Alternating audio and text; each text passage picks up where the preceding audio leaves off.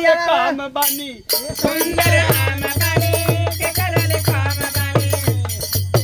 पूरे पटीदारी में नंबर वन बनी पूरा बनिगारी में नंबर वन बनी पूरे पटीदारी में नंबर वन बनी पूरे बनिगारी में नंबर वन बनी ससुरा में मिलल बा घरवा दुतल्ला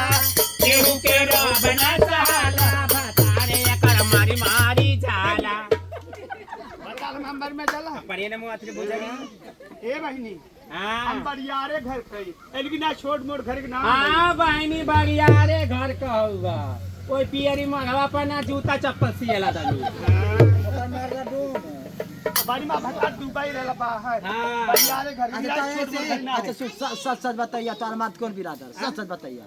तार मरद डोमना हो हां हां दौड़ी भी नेला डोम कर मरद काय को पाई भी होई कि सऊदी राहत दुबई दुबई ना रे ना दौड़ी भी ना केहू के रो बना सहाला हतार हमर दुबई तमाला केहू के रोब न सहाला भतार महा दुबई कमाला मार के चाली उल्टी पल्ला बला हमर दुबई तमाला मार के चले उल्टी बल्ला बला महा दुबई कमाला मथुआ पे काटीला सोने के बीबी घरवा में बोलीला नाना दिन के लांडी रेडी बोलिला हां ए माई हम पढ़ी लिखी है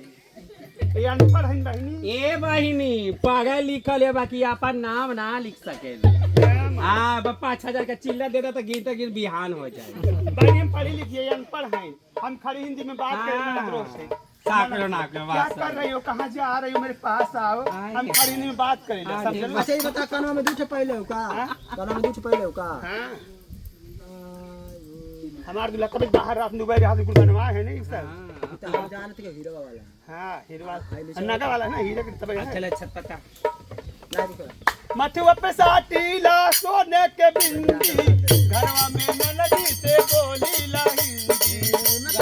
सादीला सोने के बीबी घरवा में ननदी से बोली लहिंदी चश्मा लगा के तेरा के चलू चश्मा लगा के चलूं खूब तेरा के चलूं लड़के हमार होला गाँव गाँव गली गली चचा जोहार होला गाँव गाँव गले गले देख देख जर जा